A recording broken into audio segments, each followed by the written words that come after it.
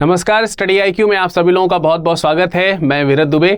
आज आप सब लोगों के सामने लिंगायत समुदाय की चर्चा का विषय क्यों बना हुआ है, इस पर हम आपके सामने डिस्कशन करेंगे। और जैसा कि आप सब लोगों को मालूम है कि लिंगायत समुदाय जो है, या संप्रदाय भी हम इसे कह सकते हैं, ये दक्षिण भारत में कर्नाटक राज्य में काफी इंपॉर्टेंस रखता है और इसकी एक बड़ी जनसंख्या जो है वहां पर निवास करती है। अभी फिलहाल ये चर्चा में इसलिए है क्योंकि कांग्रेस के एक वरिष्ठ नेता हैं राहुल गांधी जी, जिन्होंने अभी कर्नाटक के चित्रदुर्ग क्षेत्र में, आप देख सकते हैं, ये एक इंपॉर्टेंट पॉइंट है, यहां पर आपको ध्यान रखना है। कर्नाटक का चित्रदुर्ग क्षेत्र, यहां पर एक प्रमुख आश्रम है मूर्धा मठ। ठीक, तो इस जगह का भी नाम आपको ध्यान रखना है, मूर्धा मठ।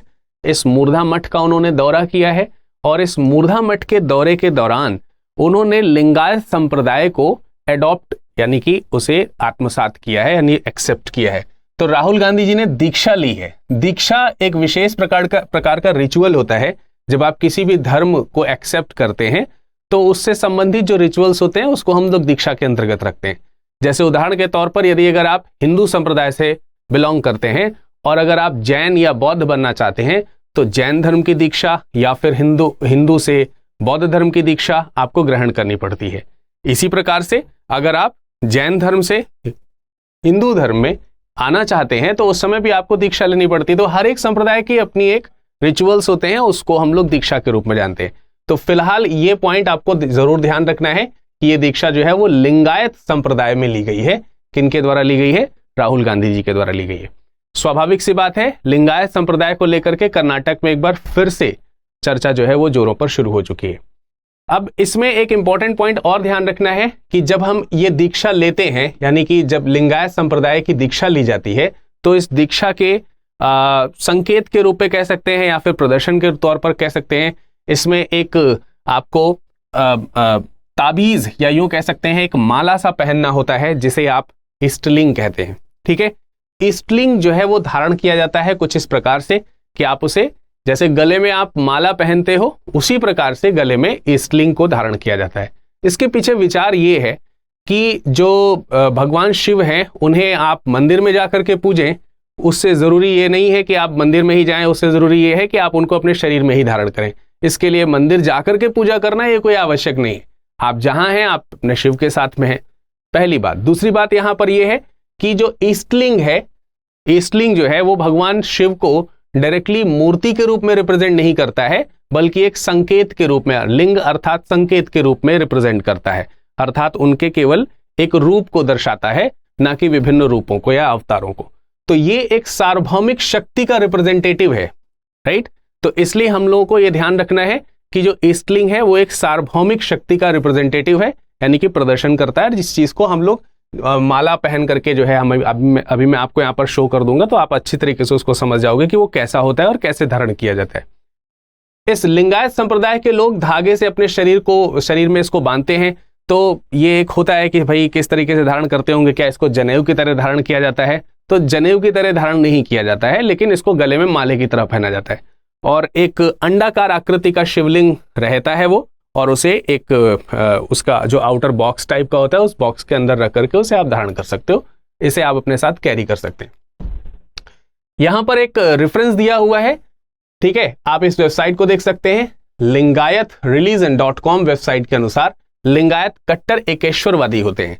एकेश्वरवादी होने का मतलब ही यही है कि आप एक ईश्वर की पूजा करते हो। ठीक है, एक ईश्वर यानी एक रूप की पूजा करते हो, तो इसी को हम कहते हैं एकेश्वरवादी होना। और केवल एक भगवान शिवलिंग की पूजा का आदेश देते हैं, अर्थात उसी को फॉलो करने की बात करते हैं।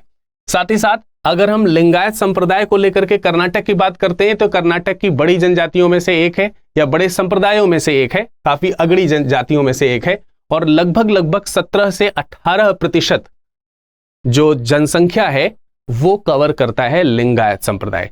और इसी चीज को लेकर के जब कभी भी इलेक्शंस की बारी आती है तो ये एक इंपॉर्टेंट रोल भी अदा करना शुरू कर देता है, जैसा कि यहां पर भी हमको देखने को मिल रहा है। वीर शैव और लिंगायत को लेकर के कई बार लोगों के बीच में कंफ्यूजन होता है, और यहां पर मैं आपको बता दूं कि इन दोनों में बहुत बेसिक सा डिफरेंस है, बहुत बड़ा डिफरेंस नहीं है। हालांकि शिव की पूजा ये भी कर रहे हैं और शिव की पूजा लिंगायत संप्रदाय के लोग भी कर रहे हैं, लेकिन यहां पर ध्यान रखना है, यहां पर भगवान शिव को भगवान के रूप में ना पूछ करके, यानी एक अवतार के रूप में ना पूछ करके, एक संकेत अर्थात लिंग के रूप में इसकी पूजा होती है या इनकी पूजा होती है, तब ये लिंगायत संप्रदाय को रिप्रेजेंट करता है। और जब कभी भी हम शिव के रूप की पूजा करने लगते हैं, फिर इंक्लूडिंग शिवलिंग हो या फिर भगवान शिव के जो दूसरे रूप हैं उनकी जब आप पूजा करने लगते हैं, अर्थात शिव के विभिन्न रूपों की जब आप पूजा करने लगते हैं, तो वो वीर शैव संप्रदाय में आ जाते हैं। कई सारे लोगों को लेकर के इसके बीच में मतभेद है, जिसमें से कि ये भी कहा जाता है कि वीर शैव और जो लिंगायत संप्रदाय है वो एक ही सिक्के के दो पहलू हैं। कुछ लोग इसे एक मानते हैं और कुछ लोग इसे अलग मानते हैं। लेकिन इस सब क्रम में कि ये जो वीर शैव है ये पुराना है, ये जो वीर शैव है ये संप्रदाय पुराना है, या फिर लिंगायत संप्रदाय पुराना है, इसको अगर आप देखना चाहोगे तो इसमें जानकारों का ये बताना है कि वीर शैव जो है वो लिंगायत संप्रदाय से थोड़ा पहले का है। अर्थात लिंगायत संप्रदाय जो है वो 12वीं शताब्दी के समाज में एक स्वरूप लेकर के उत्पन्न होता है, और इसे उत्पन्न करने के लिए या इस स्वरूप के लाने के पीछे एक आंदोलन को वजह माना जाता है। आंदोलन समाज सुधार के ही रूप में है, लेकिन किस चीज के समाज सुधार में है? इसे हम धार्मिक समाज सुधार कह सकते हैं। धार्मिक समाज सुधार किस चीज का? हिंदू धर्म का। हिंदू धर्म में समय समय पर कई सारी जो क्लिष्टताएं आती रहीं, चाहे वो वैदिक मान्यताओं को लेकर के रहती हों या फिर दूसरे देवी देवताओं की पूजा पाठ को लेकर के रहती हों, तो उनमें जब क्लिष्टताएं आती रहती हैं, अर्थात उसमें बहुत ज्यादा रूढ़िवादिता जब आने लगती है, तो उसे रिफॉर्म्स करने की बारी आई। तो दक्षिण भारत में ये रिफॉर्मेशन जो है वैदिक मान्यताओं और कर्मकांडों को लेकर के तमाम सारे जो क्लिष्टताएं थी उनको दूर करना यानी रिफॉर्म करने का एक आंदोलन जो है वो चलाया गया, और इसमें एक समाज सुधारक का नाम आया जिनका नाम हुआ बसवन्ना। इन्हें भगवान बसवन्ना के नाम से भी जाना जाता है।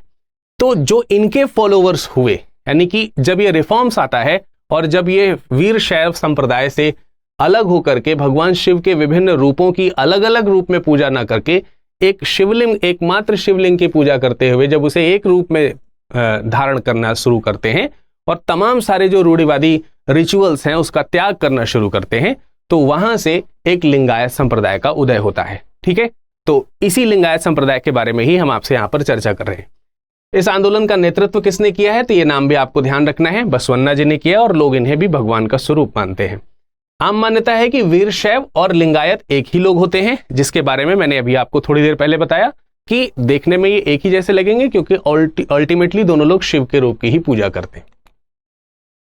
लिंगायत संप्रदाय के लोग ना तो वेदों में विश्वास करते हैं और ना ही मूर्ति पूजा में, और ना ही ये पुनर्जन्म में विश्वास करते हैं। इनका मानना है कि इसी जन्म में आप अपने कर्मों से ही अपनी किस्मत को बनाते हैं और अपने कर्मों से ही अपनी किस्मत को खराब करते हैं। तो ये विशेष मत जो है वो लिंगायत संप्रदाय का है। लिंगायत संप्रदाय ने वैदिक अनुष्ठान और परंपरा को नकारा था, लेकिन वीर शैव ने वेदों का पालन किया है। ये सारे डिफरेंसेस जो मैंने अभी थोड़ी देर पहले आपको बताए हैं वो हैं। लेकिन इस आंदोलन के शुरू होने की जो सबसे मूल धारणा है वो क्या है? सबसे मूल धारणा है इसमें, जैसे कि अगर आप वैदिक संप्रदाय में एक विशेष रिचुअल देखते हैं जिसको आप बोलते हो यज्ञोपवीत संस्कार। क्या बोलते हैं आप? यज्ञोपवीत संस्कार। ठीक है, जिसे आप जनेऊ भी बोल सकते हैं। तो जनेऊ धारण करने की जो प्रक्रिया है वो वैदिक परंपरा में अगर हम देखें तो जो पुरुष हैं उनको अलाउ होता है और महिलाओं को अलाउ नहीं हुआ।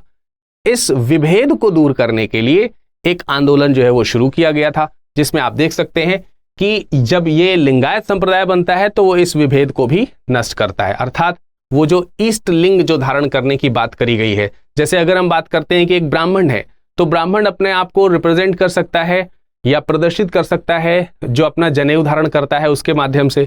अब इसी तरीके की तुलना अगर हम लिंगायत संप्रदाय की करते हैं तो लिंगायत संप्रदाय जो है वो इसी तरीके का रिप्रेजेंटेशन कैसे दिखा सकता है? वो जो एक लिंग जो धारण करते हैं उसके माध्यम से।